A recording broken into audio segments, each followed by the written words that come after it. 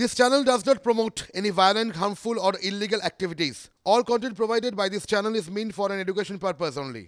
মাসখানেক আগেও তৃণমূলের অন্দরের নবীন প্রবীণ দ্বন্দ্বে এসে পড়েছিল তার নাম। শেষ পর্যন্ত তাকে টিকিট দেওয়া হবে কিনা তা নিয়ে একটা জল্পনা তৈরি হয়েছিল, কিন্তু শত্রুর মুখে ছাই দিয়ে দমদম কেন্দ্রে ফের প্রার্থী হয়েছেন ৭৬-এর সৌগত রায়। প্রার্থী তালিকাকে কেমনভাবে দেখছেন তিনি? কেন এতজন বিধায়ককে প্রার্থী করতে হলো তৃণমূলকে?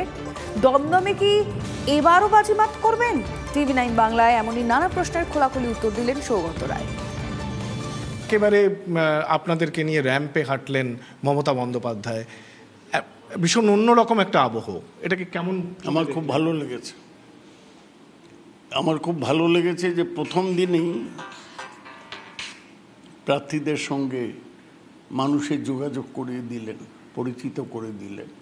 সিটিং এমএলএরা প্রতিদ্বন্দ্বিতা করছেন, এই সংখ্যাটা তৃণমূলে 11, বিজেপিতে 4। এটাকে কিভাবে দেখছেন? ভালোভাবে দেখছে। এমএলএ যিনি আছেন 7টা কেন্দ্রের মধ্যে একটা কেন্দ্রে তো তিনি পরিচিত থাকেন, তাকে নিয়ে নির্বাচন লড়া সুবিধে।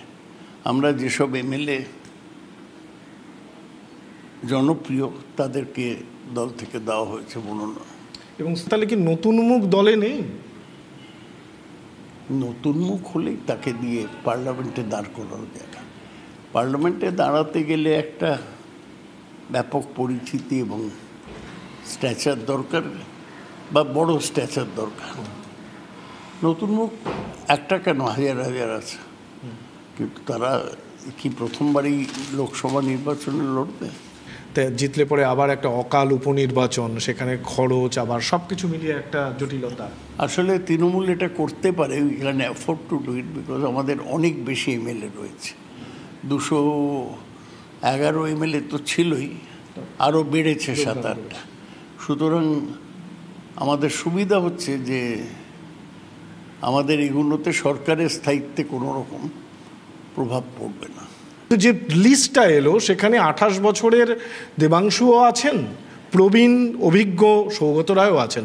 এটা কি নবীন প্রবীণে ভারসাম্যের রাস্তা? আমার খুব ভালো লেগেছে লিস্টটা, তার কারণ মমতা ব্যানার্জি সব ভেবেচিন্তে প্রার্থী দিয়েছেন, এবং আপনি ঠিকই বলেছেন, নবীন এবং প্রবীণের মিশ্রণ আছে। নতুন ছেলে মেয়েদের যেমন দেওয়া হয়েছে দেবাংশু বা সায়নীকে, আর পুরনো লোকদের যারা 3-4 বার জিতেছে তাদেরকে রাখা হয়েছে। আমার এটা ভালো লেগেছে। অভিজিৎ গঙ্গোপাধ্যায় যখন বিচারপতি ছিলেন, বিভিন্ন রায় নিয়ে আপনারা বলেছেন যে এটা রাজনৈতিক উদ্দেশ্য প্রণোদিত রায় বলে মনে হচ্ছে। এবার তিনি একেবারে সরাসরি রাজনীতির অঙ্গনে, বোঝাই যাচ্ছে তার সাথে রাজনীতির যোগাযোগ ছিল। এবং তিনি যখন রায় দিচ্ছিলেন, ওর মাথায় বিজেপিতে যাওয়াটা ছিল, তার ফলে ওর রায়গুলো পক্ষপাত দুষ্ট ছিল। এটা তো বলে আমরা মামলাও করেছি হাইকোর্টে। বিচারপতি পদের সুযোগ নিয়ে এসব বলতেন, তখন বিচারপতির বিরুদ্ধে কিছু বললে কন্টেম্প্ট অফ কোর্ট হবে। এখন উনি যা বলবেন তার বিরোধিতা হবে।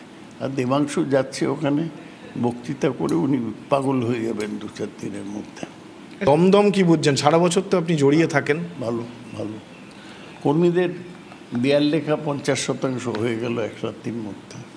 রামকৃষ্ণদেবের 189তম জন্মতিথি উদযাপন বেলুড় মঠে। দিনভর নানা অনুষ্ঠান, কীর্তন, বৈদিক পাঠ, বিশেষ পুজো, হোম, ধর্মসভার আয়োজন। সকাল থেকে বেলুড় মঠে ভক্ত সমাগম। প্রভু কৃপাহি কেবলম, কৃপাহি কেবলম, কৃপাহি কেবলম শরণে। প্রভু কৃপাহি কেবলম, কৃপাহি কেবলম, কৃপাহি কেবলম শরণে। প্রভু রাম কৃষ্ণ শরণম, রাম কৃষ্ণ শরণম, রাম কৃষ্ণ শরণম শরণে। শরণাগতোহম, শরণাগতোহম, শরণাগতোহম শরণে।